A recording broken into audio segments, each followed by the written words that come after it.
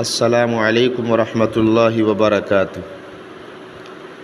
محترم حضرات، یہ حضرت مولانا شاہ ابرار الحق صاحب نور اللہ مرقدہ کا ایک مضمون ہے جو بڑا اہم ہے، اور میں پڑھ کر سناتا ہوں۔ مقصد یہ ہے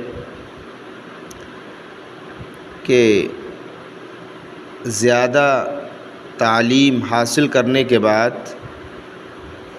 ہمیں اپنی رائے دینے کا دخل نہیں ہے،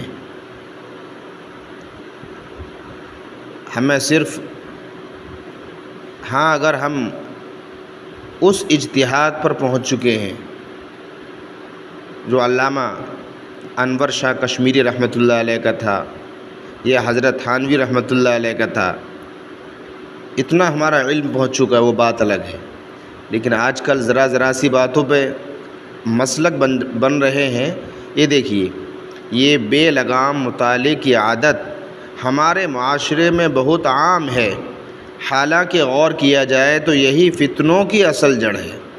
بے لگام مطالعہ، بغیر مشورے کے جو چاہے کتاب اٹھا لی، بغیر علماء کے پوچھے جس ویب سائٹ پہ جا کر مسئلہ معلوم کرنا چاہا معلوم کر لیا۔ ایسا نہیں، ہر مسئلے کو معلوم کرو، کوئی دینی کتاب پڑھنے سے پہلے مشورہ کرو۔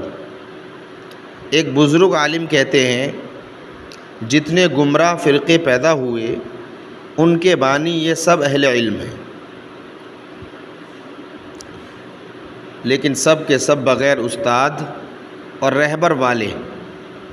پس شروع میں تو ٹھیک چلتے ہیں، لیکن بعد میں جب موڑ یا چوراہا آتا ہے وہیں بھٹک جاتے ہیں اور عجیب و کبر میں مبتلا ہو کر کسی کی سنتے بھی نہیں ہیں۔ یہ اب دیکھو، یہ مجالس ابرار کتاب ہے، جلد نمبر 1 صفحہ نمبر 47۔ ایک اور جگہ لکھتے ہیں کہ ہر فتنے کے بانی پر غور کیجئے تو یہی معلوم ہوگا کہ یہ کسی بڑے کے زیر تربیت نہیں رہا ہے۔ جب آدمی بے لگام ہوتا ہے اور کوئی اس کا مربی اور بڑا نہیں ہوتا تو بگاڑ شروع ہو جاتا ہے اور وہ جاہ اور مال کے فتنے میں مبتلا ہو جاتا ہے۔ تو آپ سمجھ گئے ہوں گے، یعنی یا تو ہمارا علم جو ہے بہت اعلیٰ ہو، اجتہاد کے درجے میں، اجتہاد والا درجہ ہو جس کو مجتہد مطلق کہا جاتا ہے،